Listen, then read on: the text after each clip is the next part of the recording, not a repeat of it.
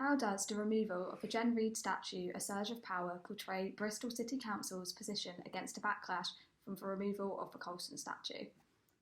For our rabbit hole research, we decided to focus on the forced labour part of the module covered in weeks 3 and 4.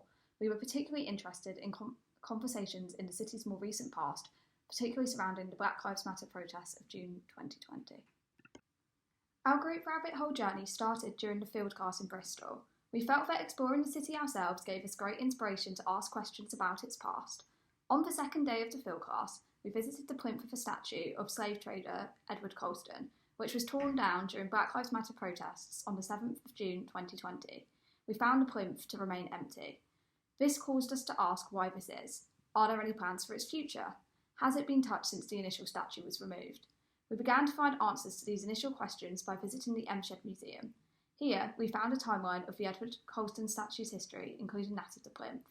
At this stage, we discovered that on the 15th of July, a new statue was erected on the plinth. However, this time, it was in the form of a woman. As a group, we instantly were interested in this new statue. It provoked us to ask questions such as, why is it a woman? What does she stand for? What is her significance in the Black Lives Matter movement riots? Upon returning home from Bristol, we decided to research more about Jen Reid herself and why she was used as the figurehead for the proxy of conversation Quinn's work was aiming to present. We first searched her name alone, and then followed with specific questions such as, how was the plinth of the Colston statue used after the statue was toppled? Through these searches, we expanded our knowledge further, finding a range of sources, including articles from the BBC, the ITV, and the Bristol Post. We also found an interview with Jen Reid by ITV, and discovered YouTube videos and social media posts from figures such as the artist Mark Quinn, the Bristol Mayor, and other political voices. We also found an Instagram post by Mark Quinn, who is the artist. In this post, Quinn gave some explanation as to why he created the artwork. As well as this, he stated that he initially contacted Jen Reid through social media to create the statue as a collaboration. This initial information allowed us to gain an understanding of the inspiration for the statue and why it was erected.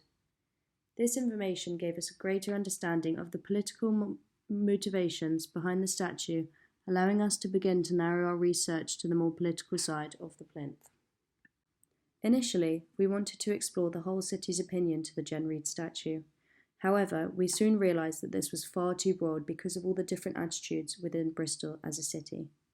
Therefore, we decided to narrow down our focus onto what Bristol City Council's opinion was on the removal of the Jen Reid statue, and what that shows about their opinions on the wider Black Lives Matter movement. This gave us a much more focused path to follow as we searched for statements made about the statue's removal by the council, as well as what the council planned to do with the now empty plinth. Upon refining our search, the first article we read was from the BBC. This gave us the context in which the statue was removed, presenting it as a legal rather than a social issue. Within this article, we were led to other sources. For example, the article quoted the mayor, Marvin Rees, in which a Facebook Q&A saying he felt it was important to gauge people's opinions on a replacement for the Colston statue, and that the empty plinth was a meaningful message for the whole of Bristol, suggesting that democracy was used as a leading reason to justify the removal of the statue. The article also revealed, he told BBC Radio 5 Live, the way in which race is navigated in the UK was a delicate balance, adding that people provoking the debate regarding the statue without awareness of their impacts to the discussion is not justified. We also found out that Marvin Rees told Sky News that he did not see the removal of the statue as an action against the Black Lives Matter movement, but rather removing a piece of artwork which was erected illegally. While doing our research into news articles, we found a link to a BBC Two documentary called Statue Wars, One Summer in Bristol. This followed Marvin Rees as he responded to and documented the events following the toppling of the Colston statue, which of course was followed by the erection of Mark Quinn's Surge of Power statue, and the documentary follows the part that Rees played in the decision-making process. In this documentary, it is revealed that Marvin Rees had an alternative idea to completely removing the Surge of Power statue. He suggested that it should be left standing to allow it to be subject to the same vandalism and to suffer the same fate as Colston's statue. However, Kevin Slocombe, who was head of the mayor's office at the time, advised against this measure because the imagery associated with smashing and vandalising artwork would be too strong. The documentary presenting this evidence made it clear to the audience that from a political standpoint, it was best to remove the statue rather than to leave it up. To understand the wider context of this debate, we felt it was important to do some further reading around statues as a form of artwork and their significance within memorialisation. We read 2 papers, Renegotiating Dissonant Heritage, The Statue of J.P. Cohen by Lisa Johnstone, 2013, and the 4th plinth, Creating and Contesting National Identity in Trafalgar Square by Shanti Samatojo, 2012.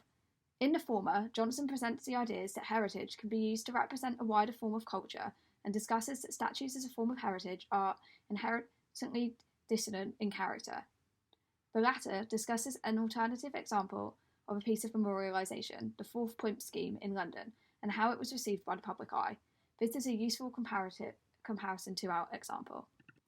We decided to look back on the previous information we had studied in the module to ensure we had a wide contextual understanding of the key debates surrounding the Colston plinth. This contextual knowledge was important because it allowed our group to grasp the key reason as to why the Jen Reid statue was even created and placed on the plinth in the first place. The Bristol archives would allow us to gain a greater understanding of the history of the Council's views, specifically on memorialisation and the importance that statues play in memorialising public figures. This is vital in understanding where the Council's standpoint on the Jen Reid statue stemmed from.